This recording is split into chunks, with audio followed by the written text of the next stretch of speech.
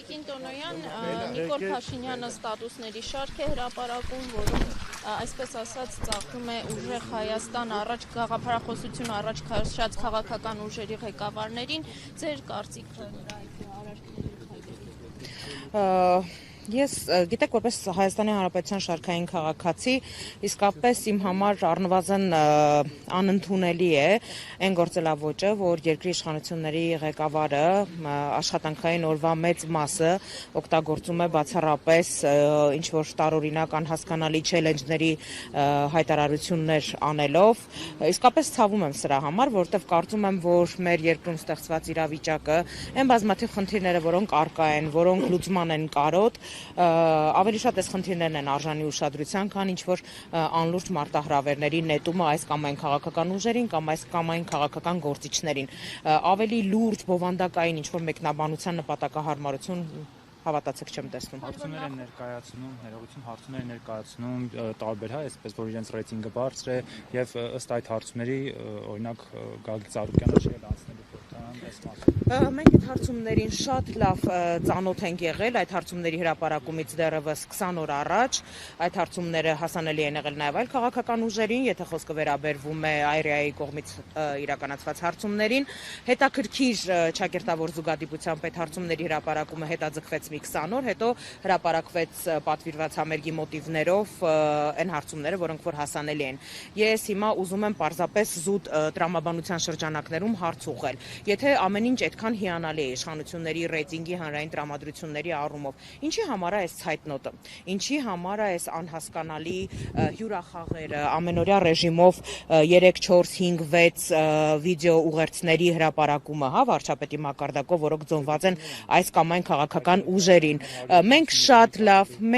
լավ տիրապետում ենք եւ հանրային տրամադրություններին, եւ սոցիոլոգիական հարցումների արդյունքներին, եւ վատ լուր ունեմ իշխանությունների համար, այդ արդյունքների համաձայն իրավիճակը միանգամայն այլ է։ Իսկ ինչի համար են Նիկոլ Փաշինյանի այս վիդեոները, այսինքն իրենք մտավախություն ունեն, որ մեծամասնությունը այդուհանդերձ չի հաջողվի։ Ես կարծում եմ սա արդեն արմատացած գործելավոճ է հանրության ուշադրությունը կարևոր թեմաներից շեղելու, հանրության համար տեսարաններ ապահովելու եւ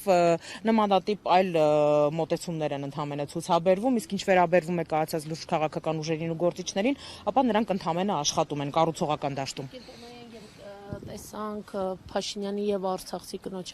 այսպես միջադեպը դրան հաջորդեց Փաշինյանի ներողությունը, դրանից դրա որդուց նա Արցախցիներին հետո ներողություն խնդրել արդյոք քաղաքական նպատակահարմարություն է, թե գիտակցված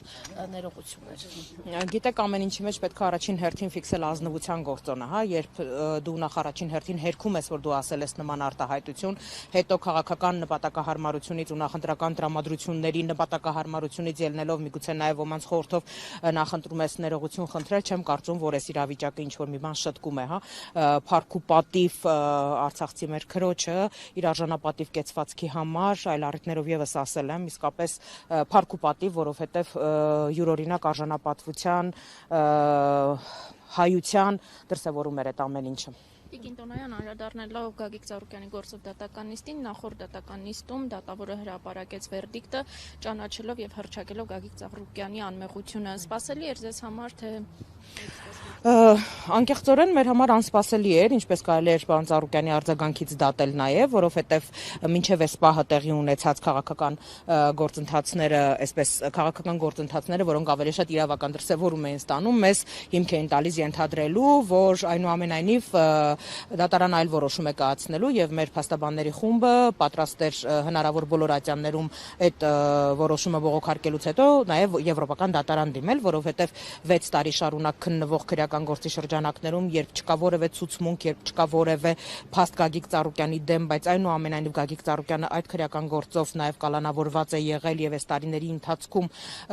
նաև իրավական այս ամբողջ գործընթացներին է մասնակցել, դեռևս 1-2 տարի առաջ բոլոր հնարավորությունները կար, որպեսզի վաղեմության ժամկետով պայմանավորված այս քրեական գործի քննությունը դադարեցվեր, բայց ինչպես պարոն Ծառուկյանի, այնպես էլ փաստաբանների եւ մեր բոլորի սկզբունքային դիրքորոշումն է եղել, որ այնուամենայնիվ անմեղությունը պետք է ապացուցվի պարոն Ծառուկյանի, ինչը որ եւ տեղի ունեցավ։ Շնորհակալ եմ շատ։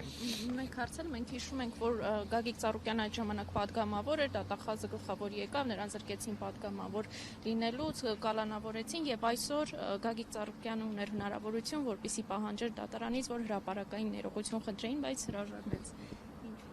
Գագիկ Ծառուկյանի որևէ որոշում պատահական կայացված չի լինում եւ այս դեպքում եւս ես ուզում եմ որպեսզի բոլոր այդ համապատասխան գործընթացներով հանդես եկող մարդիկ եւս մեկ անգամ իրենց մեջ մտածելու հնարավորություն ունենան, թե ինչու Գագիկ Ծառուկյանը այդ որոշումը կայացրեց։ Միջոց հարցել, հա, թեև պարոն Ծառուկյանը չի լինելու վարչապետի թեկնածուն եւ այս փուլում դեռ չբացահայտեց անունը,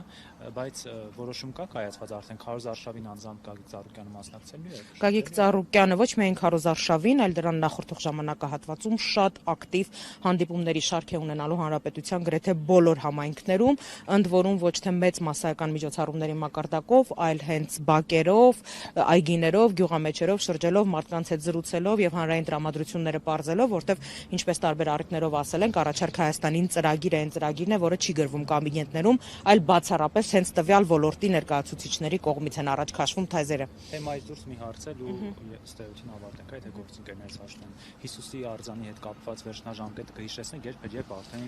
Հիսուս Քրիստոսի արձանի շինարարությունը անգամ ձմռան էս խստաշունչ ձմռան պայմաններում չի դադարեցվել, ամբողջ ձմռան ընթացքում ներքին հարդարման աշխատանքներ են իրականացվել,